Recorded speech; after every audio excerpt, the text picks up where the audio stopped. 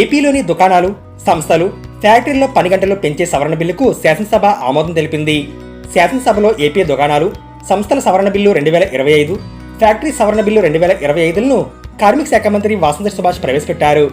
ఈ బిల్లుకు సభ ఏకగ్రీవంగా ఆమోదం తెలిపింది. దుకాణాలు, సంస్థల్లో ప్రస్తుతం రోజుకు 8 పని గంటలు ఉండగా దీన్ని 10 గంటలకు పెంచారు. వారానికి 48 పని గంటల్లో ఎలాంటి మార్పు చేయలేదు. ఫ్యాక్టరీల్లో ప్రస్తుతం 9 గంటల పని గంటలు ఉండగా దీన్ని 10 గంటలకు పెంచారు. వారానికి 48 పని గంటలే ఉంటాయి. ఫ్యాక్టరీల్లో విశ్రాంతి సమయంలో కలిపి 12 గంటలకు మించకూడదు. ప్రతి 6 గంటలకు అర్ధగంట విశ్రాంతి ఇవ్వాల్సి ఉంటుంది.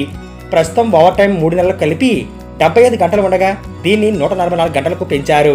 దుకాణాలు, సంస్థలు, ఫ్యాక్టరీల్లోని మహిళలను రాత్రిపూట విధులకు అనుమతిస్తారు. ప్రస్తుతం ఫ్యాక్టరీలో రాత్రి 7 గంటలు, దుకాణాల్లో 8:30 గంటల వరకు అనుమతించేందుకు అవకాశం ఉండగా దీన్ని రాత్రి 7 గంటలు, 8 గంటల 30 గంటల నుంచి ఉదయం 6 గంటల వరకు అనుమతించేలా సవరణ చేశారు.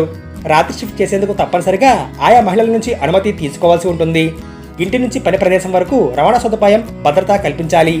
దుకాణాలు, సంస్థల్లో 20 మంది లోపు సిబ్బంది ఉంటే చట్టం గురించి మినహాయింపునిచ్చారు. అయితే నిబంధనలు మాత్రం పాటించాల్సి ఉంటుంది.